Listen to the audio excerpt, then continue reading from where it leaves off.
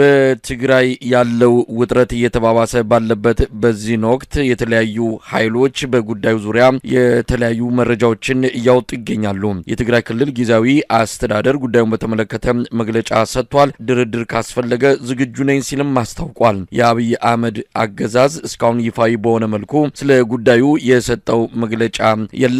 ያለው ውጥረት በአብይ አገዛዝ የድሮን ጥቃት ጨምሮ ነገሩ ወደ ከፍተኛ ውጥረት ሊሸጋገር ይችላል የሚለው ስጋት ተጠናክሮ ቀጥሏል። የአፍሪካ ህብረት ሁሉም ወገኖች ጉዳዩን በጠረጴዛ ዙሪያ እንዲፈቱና ነገሮችን እንዲያረግቡ ጥሪ አቅርበዋል። በፋኖም ሆነ በህዋት በኩል ጉዳዩን በተመለከተ እስካሁን የተሰጠ ማብራሪያም የለም። ፋኖ በዚህ ጉዳይ ላይ ጣልቃ እንዳይገባ በተለያዩ ኃይሎች ግፊት እና ጫና እየተደረገ ይገኛል። ለማንኛውም በትግራይ ክልል ያለውን ወቅታዊ ሁኔታ እንመለከታለን። የዘውትር ተሳታፊያችን መስመር ላይ ይገኛል። እንግዲህ ብዙ ነገሮችን እየሰማን ነው። በተለይ በትግራይ ክልል ወደ አማራ ክልል ወልቃይት ጠለምትና ራያ ከነዚህ ጋር ተያይዞ ህዋቶች ጦራቸውን አስገብተዋል የሚል ነገር ተሰምቶ ነበረ።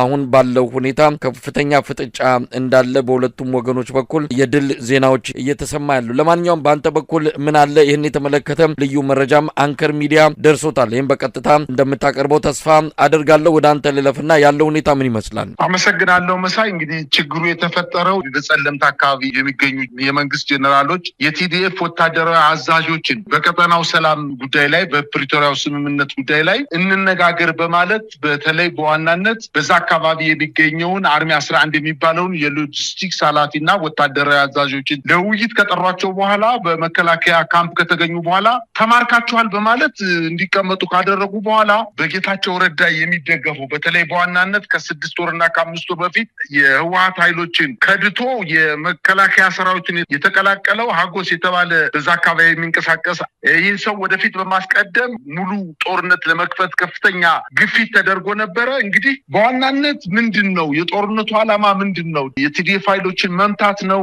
ቦታውን መቆጣጠር ነው? የህወሓት ኃይሎችስ ተሻግረው ጸለምትን፣ ወልቃይትን፣ ጸገዴን፣ ራያን መያዝ ነው? አይደለም። ይሄ በመንግስት ኃይል የተቀነባበረ ሴራ እንደሆነ የአካባቢው ማህበረሰብ በደንብ ተረድቷል። ውጊያው በጀመረ በጥቂት ሰዓታት ውስጥ ደባርቅ ላይ፣ አዳርቃይ ላይ፣ ማይጸምሪ ላይ ሰላማዊ ሰውን መፈክር ይዘው እንዲወጡና ሰላማዊ ሰልፍ እንዲያደርጉ አድርጓቸዋል። አሁን እየደረሰን ያለው መረጃ በተለይ በዋናነት በትግራይና በአማራና በአፋር አዋሳኝ ድንበሮች አካባቢ ከፍተኛ ውጥረት ተከስቷል። በአንዳንድ ቦታዎችም ላይ ጠንከር ያለ የከባድ መሳሪያና የቡድን መሳሪያ ከፍተኛ ቁጥር ያለው የሰራዊት ኃይል ተመድቦ በተለይ በጸለምት አካባቢ በመጀመሪያ የአማራ አድማ ብተናና ሚኒሻን ከፊት አሰልፎ በኋላ ደግሞ በነጌታቸው ረዳ በስምረት ፓርቲ የሚመራው በተለይ ይሄ ሀጎስ የተባለው ከድቶ የመጣውን ኃይል ይዞ ወደ ሁለተኛ ረድፍ ላይ እንዲገባ፣ በሶስተኛ ረድፍ ደግሞ የመከላከያ ሰራዊቱ በከባድ መሳሪያና በቡድን መሳሪያ ሽፋን እንዲሰጠው በማድረግ ጦርነት ለመጀመር ከፍተኛ ጥረት አድርጎ ነበረ። እንግዲህ የቲዲኤፍ ኃይሎች በራሳቸውን ተከላክለው የመጣውን ኃይል መክተው እንደመለሱ ነው መረጃዎች የሚያመላክቱት። እንግዲህ ሰሞኑ ጌታቸው ረዳ አደባባይ የእሱ ተባባሪዎች እነ ጻድቃንና ሌሎችም የአብይ መንግስት ህወሓትና ቲዲኤፍን ለምን ልክ አያስገባም፣ ለምን ዝም ብሎ ያያቸዋል በሚል ቅስቀሳ ሲያደርግ እንደነበር ይታወቃል። የአብይ ምላሽ እኛ በራሳችን አንድ እርምጃ ብንወስድ የፕሪቶሪያውን ስምምነት የጣሱ ተብለን በዓለም አቀፍ ኮሚኒቲዎች እንወገዛለን፣ ለህወሓትና ለቲዲኤፍ የፖለቲካና የዲፕሎማሲ ተተኳሽ ማቀበል ነው፣ እኛ በቀጥታ ገብተን ልናደርገው አንችልም ማለታቸውን ተከትሎ ከውስጥ በተገኘ መረጃ ከጥቂት ቀናት በፊት አብይ አህመድ ከጌታቸውና ከጥቂት የጌታቸው ታማኞች ጋር በዝግ ባደረገው ስብሰባ የእናንተ የትግራይ የሰላም ኃይል የሚባለው ጦር ከቲዲኤፍና ከቲፒኤፍ ጋር ውጊያ ቢገጥም የውስጥ ጉዳይ ስለሚሆን ዓለም አቀፍ ማህበረሰቡ እኔን የሚከስበት ምክንያት አይኖረውም። ስለሆነም በአፋር ግንባር ብቻ ሳይሆን በራያና በጸለምት ግንባር እናንተ ውጊያ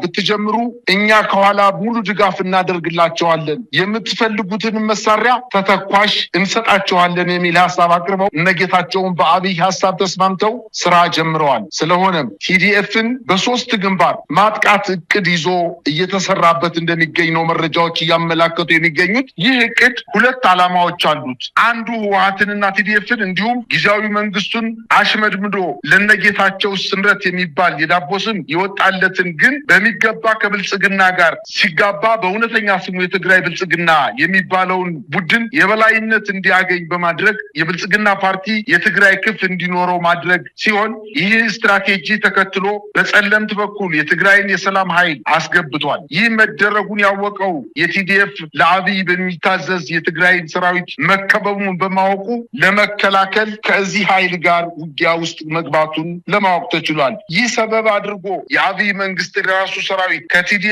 ጋር እንዲዋጋ አድርጓል። በሁለቱም ወገን ቀላል ያልሆነ ጉዳት ተስተናግዷል። ሌላው በጸለምትና በራያ በኩል የትግራይ የሰላም ኃይል የተባለውን ቡድን በመጠቀም የሚከፈተው ጦርነት ቲዲኤፍን ራሱን ለመከላከል ሲል የሚወስደውን እርምጃ ራያና ወልቃይትን መልሶ ለመያዝ የተጀመረ የህዋት እንቅስቃሴ አድርጎ በማቅረብ በህዋትና በፋኖ በኩል የተጀመረውን በትብብር የአብይን አገዛዝን እንደምስስ የሚለውን ትልም እንዲሰናከል ማድረግ ዋነኛ ዓላማው እንደሆነ ይናገራሉ። የውስጥ አዋቂዎች እንደተገኘው መረጃ የአማራና የትግራይ ታጋዮች በጋራ የአብይን አገዛዝ ለመታገል ከፈለጉ በትግራይ በኩል ወልቃይትንም ሆነ ራያን በወታደራዊ ዘመቻ ለመያዝ የሚደረግ ጥረት እንደማይኖር ከነዚህ ሁለት አካባቢዎች ጋር በተያያዘ ችግሮች አብይ አህመድ ከተወገደ በኋላ በሁለት ወንድማማቾችና እህትማማቾች ህዝቦች በሰላማዊ ውይይት ሊፈታ እንደሚችል ነው። ይህ ስምምነት በፋኖና በቲዲኤፍ ብቻ ሳይሆን በሶስተኛና በአራተኛ አካላትም አማካኝነት በተደረገው ውይይት የተደረሰበት እንደሆነ ውስጥ አዋቂዎች ይናገራሉ።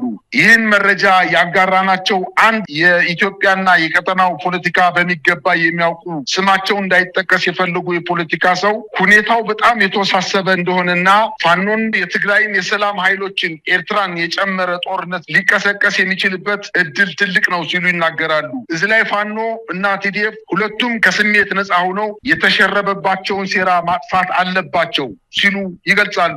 የቲዲኤፍን ሰዎች አብይ እያደረገ ያለውን በዝርዝር ገልጸው ቲዲኤፍን ራሱን ለመከላከል እርምጃ ከመውሰድ ውጪ በራያም ይሁን በወልቃይት ግንባር የሚገኙ ቦታዎችን በኃይል ለመያዝ ዓላማ እንደሌለው ይህ አካሄድ የፕሪቶሪያውን ስምምነት መጣስ እንደሚሆን ሆኖም አብይ አህመድ ራሱ መስራት የፈራውን እነጌታቸውን የተጠቀመ በሶስት አቅጣጫ ሲከበን ራሳችንን ለመከላከል ወደኋላ አንልም፣ ይህን የአማራ ህዝብ ታጋዮችም ይወቁልን በማለት ተናግረዋል። በፋኖ በኩሉም ሀቁ ይህ መሆኑ በደንብ አጣርቶ ወያኔ ወልቃይትንና ራያን በጦርነት ለመያዝ ሲንቀሳቀስ ዝም ብሎ እየተመለከተ ነው። ለምን ወጥቶ አያወግዝም? ለምን ከአብይ ኃይሎች ጋር ሆኖ ቲዲኤፍን አይመክትም ለሚለው ይህን የሚያደርግበት የአማራ ህዝብ ስለከዳ ወልቃይትን ለወያኔ አሳልፎ ለመስጠት ነው የሚለው ፕሮፓጋንዳ ነቅተንባቸዋል።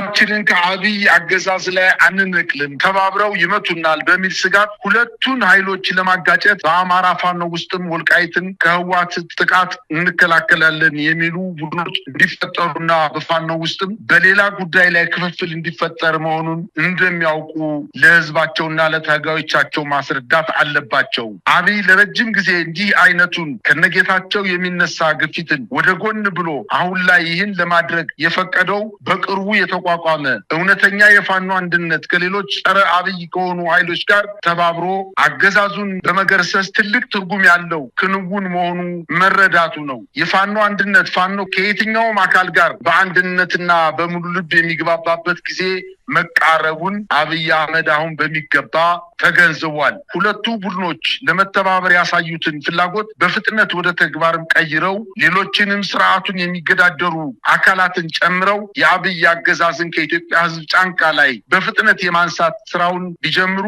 አገዛዙን እድሜውን የማራዘም እድሉን ሙሉ በሙሉ ያመክነዋል ብለዋል። በጣም ነው ማመሰግነው። እንግዲህ ቀደም ሲል ያቀረብክልን በጉዳዩ ላይ ለአንከር ሚዲያ ቅርበት ያላቸው ወገኖች የላኩልን ሪፖርት ነው። ለተከታተልነውም ይሄ በጣም አደገኛ በሆነ መልኩ አብይ አህመድ ሴራ የጎነጎነበት እንደሆነ ህዋቶችም ይህንን ለመመከት ወደ ውጊያ ውስጥ የገቡበት ሁኔታ እንዳለ ምናልባት የጀነራል ታደሰ ወረደ መግለጫ ደግሞ ነገሩ በዚህ ደረጃ ይስፋፋል ብለን አልጠበቅንም በሚልም ወደ ድርድርና ውይይት እንዲመጣ የሚፈለግ እንደሆነ የገለጹበት ነው። እዛ አካባቢ ብዙ እጆችን ያሉት ብዙ ኃይሎችን ያሉት እንግዲህ ጊዜያዊ አስተዳደሩ ከህዋት ከቲዲኤፍ ከሚባለው ሰራዊት ጀነራሎች ጋር ምን ያህል እየተናበቡ ነው የሚለውም በራሱ ብዙ ነገር ሊነሳበት ይችላል። የአብይ አህመድ ዲጂታል ሰራዊቱ በድሮን ብዙ ቦታዎችን መምታታቸውን ነገር ግን አንዳንድ በፎቶግራፍ ጭምር የወጡ ምስሎች እንደሚያሳዩት ግን የተመቱት ሰላማዊ ዜጎች ከወታደራዊ አገልግሎት ጋር ያልተያያዙ ቦታዎች እንደተመቱም ይገለጻል። አብይ አህመድ በጣም ስጋት ላይ ነው ያለው። እንደምንሰማው ከሆነ አማራን አንወጋም በአሁን ሰዓት ፋኖን ላይ የጀመረውንም ዘመቻ ምናልባት ሊያቆምም ይችላል። ትኩረቱ ወደ ህወሓትና ምናልባት በኤርትራን በኩል ይመጣል ያለውን ስጋት ለመቀልበስ ሙሉ ትኩረቱን ወደዛ አደርጋለሁ ነው የሚለው። እንግዲህ ከዚህ አንጻር ፋኖች ወርቃማ ድል ከእጃቸው እየመጣ እንዳለ የተገነዘቡ ይመስላል። አብይ በግራም በቀኝም የተወጠረበትና የተጨነቀበት ሁኔታዎች እንዳሉ ነው መረጃዎችም የሚያመለክቱት። ሽምግልና እያሰበም እንዳለ አንዳንድ ነባር የኢህአዴግ ሽማግሌ መሪዎችን እነሱን ሽምግልና ወደ አማራዎች ለመላክ እየተዘጋጀ እንዳለ ወይም ደግሞ ሂደቱ እንደተጀመረም እየሰማን ነው። ለማንኛውም አብይ ውጥረት ውስጥ ነው ያለው። ፋኖና ህወሓት ገጥመው ከመጡ አንድ ላይ ከመጡ እንደማይቋቋመው ተረድቷል። ለዚህም ነው ፋኖዎችን ለጊዜው እንደማይነካ አይነት ፍንጭ እየሰጠ ያለው ትኩረቱን ወደ ትግራይ ብቻ እያደረገ የሚገኘው። እስቲ ምን ልናይ እንችላለን? አብይ አህመድ በመጨረሻ ካርዱን ስቧል። ይህን የሳበውን ካርድ ራሱ የሚቃጠልበት ይሆናል የሚል ተስፋ በብዙዎች ዘንድ አድሯል። ለማንኛውም ምንድን ነው እየሆነ ያለው? መሳይ ጦርነቱ ከመከሰቱ አንድ ቀንና ሁለት ቀናት በፊት እኮ በትግራይ ክልል ያሉ አጠቃላይ በተለይ በዋናነት በትልልቅ ከተሞች ላይ በመቀሌ፣ በአክሱም፣ በአዲግራት፣ በሽሬ እና በትልልቅ የዞን ከተሞች ላይ ባንክ ገንዘብ የለም በማለት ህብረተሰቡን መጀመሪያ ማጨናነቅ ነው የፈለጉት። ስለዚህ ህብረተሰቡ ጦርነት ሊነሳ ይችላል የሚል ስጋት እንዲፈጠርበት እና ፍርሃት ውስጥ እንዲወድቅ ለማድረግ ከፍተኛ ጥረት አድርጓል። በኋላ ደግሞ ጦርነቱ ከመነሳቱ አንድ ቀን በፊት እንደዚሁ የኢትዮጵያ አየር መንገድ ትኬት ቆርጦ በጉዞ ላይ የነበሩ ሰዎች ደርሶ መልስ ትኬት ቆርጠው አዲስ አበባ የመጡ ሰዎች ምንም ምልክት ሳይታይ ወደ መቀሌ አትሄዱም፣ ከመቀሌ ትኬት የቆረጡ ሰዎችም ወደ አዲስ አበባ አትሄዱም በማለት ምንም ጦርነት በሌለበት የኢትዮጵያ አየር መንገድ ጉዞ ክልከላ በማድረግ ህብረተሰቡን ማስሸበር መጀመሪያ ቅድሚያ ይዞ ነበር። እንግዲህ ከ5 እና ከ6 ወራት በፊትም በአፋር ክልል በኩል በተለይ በዋናነት ቲፒኤፍ የሚባለው በነጌታቸው ረዳ የሚመራው በነጻድቃን የሚመራው በመከላከያ ሰራዊቱ ድጋፍ የሚደረግለት ኃይል ከፍተኛ እንቅስቃሴ አድርጎ በተለይ በዋናነት በሰቆጣ በኩልም እንዲሁ በራያ በኩልም መንቀሳቀስ አለባችሁ ብሎ በሶስት አቅጣጫዎች የተደረገው ሙከራ ምናልባትም የክልሉ መንግስት ባለስልጣናት እንቅስቃሴ ሲያደርጉ በሞርተር ለማጥቃት እቅድ ይዘው ሳይሳካላቸው እንደቀረ ይሄ የአደባባይ ሚስጥር ነው፣ በበርካታ ሚዲያዎች የተላለፈ ነገር ነው። ይሄን ተከትሎ የቲዲኤፍ ኃይሎች ከፍተኛ የሆነ ጥንቃቄ ሲያደርጉ ቆይተዋል። ነገር ግን አሁን የተደረገው ምንድነው? በጸለምት በኩል የቲፒኤፍ ኃይሎችን ከፊት አስቀድመው በጸለምት በኩል የሰላም ሰራዊት ነኝ ብሎ ከህወሓት ወጦ በፌዴራል መንግስት እየተደገፈ ያለው ኃይል ከፍተኛ የሆነ መመሰራ ድጋፍ አግኝቶ በዛ አካባቢ በተለይ አርማደጋ በሚባለው አካባቢ ታች ዋልድባ በሚባለው እና በበርካታ የአማራ ክልልና የትግራይ ክልል በሚያዋስኑ አካባቢዎች ላይ እንቅስቃሴ ማድረጉን ተከትሎ የሰራዊት አባላት እየተመቱበት ስለሆነ የህወሓት ኃይሎች ድንበር ተሻግረው መጥተው እርምጃ ወስደዋል። በርካታ አማራ ክልል አድማ ብተና ኃይሎች በጌታቸው ረዳ የሚመሩ ኃይሎች በምርኮ እንደተወሰዱ መረጃዎች ያመላክታሉ።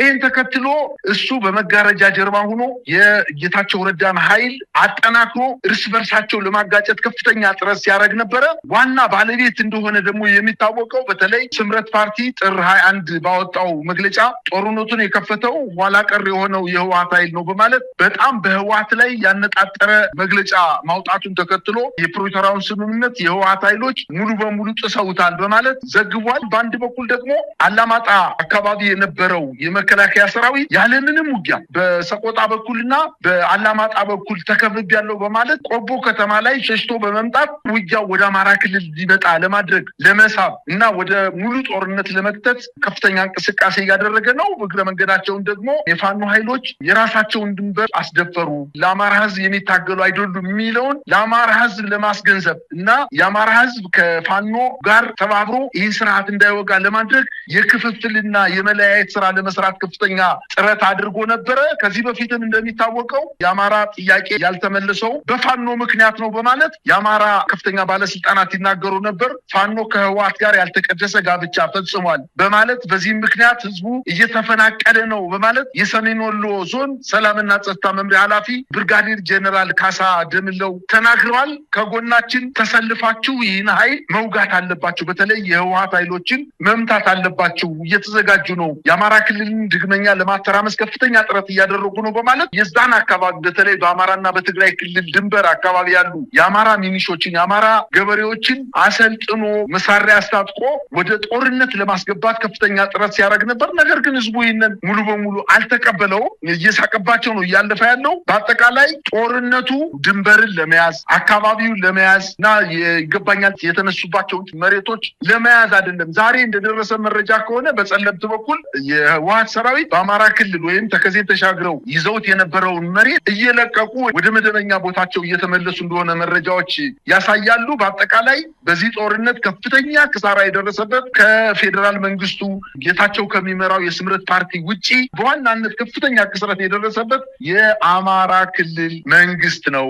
ምናልባትም የአማራ ክልል መንግስት በጣም ወደማይወጣው ቅርቃር ውስጥ መግባቱን በተለይ የምርጫ ቦርድ የወልቃይትን፣ የጸገዴን፣ የራያን አካባቢ በትግራይ ክልል ምዕራባዊ ትግራይ፣ ደቡባዊ ትግራይ እያለ በምርጫ ክልል ሰነድ በማውጣቱ ምክንያት የሚመልሱ ታጣው ተጨናንቀው ነው የሚገኙት። ይህን ተከትሎ እንግዲህ ዋና የጦርነት ቀጠና ለማድረግና ፋኖን ለማሳጣት ለአማራ ህዝብ የቆመ ድርጅት አይደለም ለማስባል ከፍተኛ ጥረት ሲያደርጉ በእነሱ ላይ እንደገና ተመልሶ ተተኩሶባቸው አሁን የሚይዙት ሊጨብጡት አጠዋል። መግለጫ መስጠት እንኳን ተስኗቸው ጸጥ ብሎ ነው የሚገኙት። በአጠቃላይ ግን በዚህ አካባቢ እየተደረገ ያለው ጦርነት ድንበርን ለመቆጣጠር ወይንም የይገባኛል መሬትን ለመያዝ ሳይሆን እየተተናኮሳቸው የመጣውን በተለይ በጌታቸው ረዳ የሚመራው ኃይል ወደ ትግራይ ክልል በተደጋጋሚ እየገባ ከፍተኛ ችግር ስለፈጠረባቸው እሱን ኃይል ለመምታት ነው ጥረት ሲያደርጉ የነበሩት የሚል መረጃ ነው እየደረሰኝ ያለው። መሳይ እንግዲህ ቀደም ሲል ያቀረብከው በተለይ ሊካሄድ የመቻሉ ነገር ብዙ አጠራጣሪ ነው። ምርጫውን በተመለከተ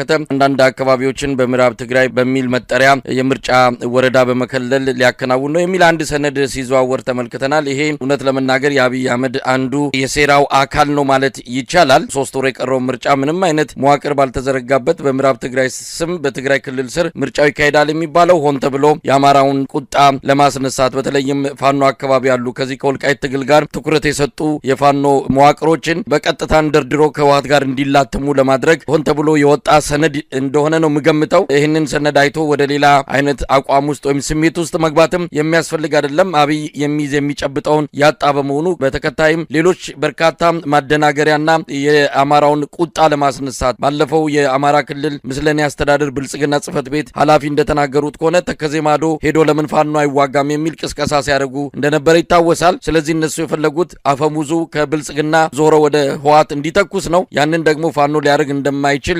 በእርግጠኝነት መናገር የሚቻል ጉዳይ ነው። በአሁን ሰዓት የሁለቱም የጋራ ጠላት ብልጽግና የሚባል ኢትዮጵያን እያፈራረሰ ያለ የዓለም ጭራ ያደረገ በብዙ መልኩ ኢትዮጵያን ውርደት ውስጥ የከተተ ስብስብ ነው። ይህን ስብስብ ከማስወገድ የሚቀድም ሌላ አጀንዳ ለማንኛውም የኢትዮጵያ የፖለቲካም ሆነ ታጣቂ ኃይሎች ሊኖር አይችልም። ስለዚህ እንደዚህ አይነቱ ላይ ከፍተኛ ጥንቃቄ ያስፈልጋል። አሁን ትግራይ ውስጥ የእርስ በርስ ጦርነት እንዲጀመርም ይፈልጋል አብይ አህመድ። ጌታቸው ረዳ አንድም ጦር የለውም። ነገር ግን ብልጽግና አስታጥቆ አፋር ላይ የተወሰነ ጊዜ ቆይተዋን ወደ ትግራይ ክልል ያስገባቸውና የሰላም ኃይል የሚባለው ስብስብ ሙሉ በሙሉ የብልጽግና ሰራዊት እንደሆነ ይታወቃል። ስለዚህ ብልጽግና ህወሓት ላይ የላካቸው ኃይሎች እንጂ ጌታቸው ረዳ የሚመራውም ሆነ የሚያዘው ጦር እንደሌለ ነው የሚታወቀው። በጣም ቀላል የሆነውን እንዲህ አይነቱን የፖለቲካ አሻጥር ሁሉም ሰው ሊረዳ እንደሚገባ ይታመናል። ለማንኛውም ነገሮች እየተወሳሰቡ ነው። ወዴት ይኬዳል የሚለው ወዴት ያመራል የሚለው የብዙዎች ጭንቀት ነው። አህጉራዊ ድርጅቱም ሆነ ዓለም አቀፍ ተቋማት ጉዳዩን በተመለከተ ሰፊ ትኩረት ሰጥተውታል። አብይ አህመድ በእርግጥም የመጨረሻዋን ወሳኛዋን ነው ያላትን ካርድ ነው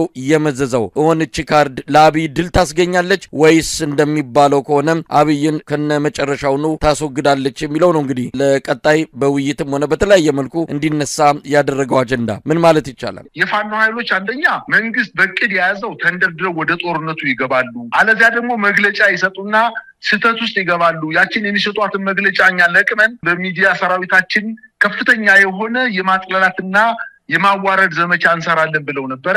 ነገር ግን የፋኖ ኃይሎች የኛ አይን ትኩረታችን 4 ኪሎ ነው። የዚህ ስርዓት በተለይ የትግራይም፣ የአማራም፣ የሶማሌም፣ የአፋርም፣ የጋምቤላም በአጠቃላይ የኢትዮጵያ በሽታና ኢትዮጵያን ያዋረደ ስርዓት ብልጽግና ስለሆነ ከብልጽግና አይናችንን አንነቅልም የሚል መግለጫ ሰጠው። በዛ ህወሓቶች በሚያደርጉ ወታደራዊ እንቅስቃሴ ባደረጉባቸው አካባቢዎች ግን ምንም አይነት መግለጫ አለመስጠታቸው እንግዲህ ውስጥ ለውስጥ ተነጋግረው ነው የሚባለው። ስለዚህ ይሄ ድንበር የመያዝ አገርን የመውረር ወይንም ህብረተሰቡን የመበደል ከ3 ዓመትና ከ4 ዓመት በተደረገው አይነት ጦርነት የበቀለኝነት ስሜት ተፈጥሮ እርስ በርሱ እንዲዋጋ ለማድረግ እንዳልሆነ ዛሬ በጸለምት አካባቢ የህወሓት ኃይሎች ጥቃታቸውን ከሰነዘሩ በኋላ የስምረት ፓርቲን መምታት የሚገባቸው መተው መማረክ የሚገባቸው ማርከው አካባቢን ካጸዱ በኋላ ወደ ነባር ይዞታቸው መሄዳቸው እጅግ በጣም የሚያስመሰግናቸው እና የሁለቱ ኃይሎች በጋራ ለወደፊቱ ስርዓት ሊመቱት እንደሚችሉ የሚያሳዩ ምልክቶችን ነው እያየን ያለ ነው።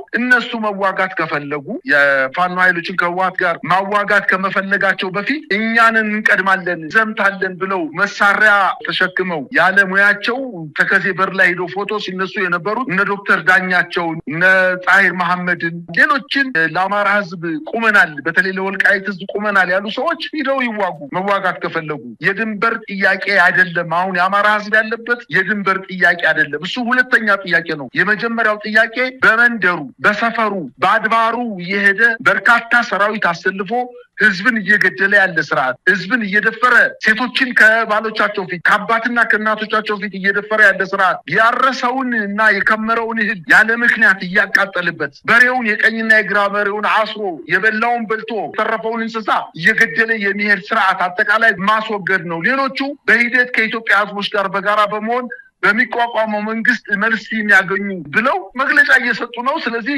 የፌዴራል መንግስቱ የፋኖ ኃይሎችን ቅርቃር ውስጥ ለመክተት ከፍተኛ ጥረት ቢያደርግም በፖለቲካዊ ብስለታቸው አማካኝነት ተገቢው መልስ ሰጠዋልኝ። በአጠቃላይ ጦርነቱ እነሱ እንደፈለጉት ሰፍቶ ከፍተው ለማስገባት በተለይ ሰሜን ወሎ አካባቢ የመከላከያ ሰራዊቱ አንድ ጥይት ሳይተኮስበት ለረጅም ጊዜ ይዞት የነበረውን አካባቢ ለቆ ወደ ቆቦ አካባቢ መጥቶ የቆቦን አካባቢ ህዝብ የሰዓት እላፊ አውጆ ምሽግ በከተሞች ላይ ቆፍሮ አሁንም ጦርነቱን ስቦ ከአላማጣ ወደ ቆቦ ለማምጣት ከፍተኛ ጥረት እያደረገ ነው። ነገር ግን ህብረተሰቡ ነቅሎ ወደ ሌላ ቦታ እየሄደ ነው። ደግሞ የአማራን ህዝብ ለረጅም ጊዜ በስቃይ ውስጥ እንዲቆይ ለማድረግ ነው ከፍተኛ ጥረት እያደረገ የሚገኘው። ነገር ግን የፋኖ ኃይሎች በጣም በበርካታ አካባቢዎች ላይ የመከላከያ ጦሩ የስምረትን ጦር ለማገዝ የሰላም ኃይል የሚባለው በጣት የሚቆጠሩ ወታደሮችን ወደ ድንበር ውጊያ ለማድረግ እንቅስቃሴ በሚያደርግበት ሰዓት የፋኖ ኃይሎች ደግሞ በርካታ ቦታዎች ላይ ውጊያ እየከፈቱ በመከላከያ በአድማ ብተና በሚኒሻ ተይዞ የነበሩ ወታደራዊ ካምፖችን እያጠቁ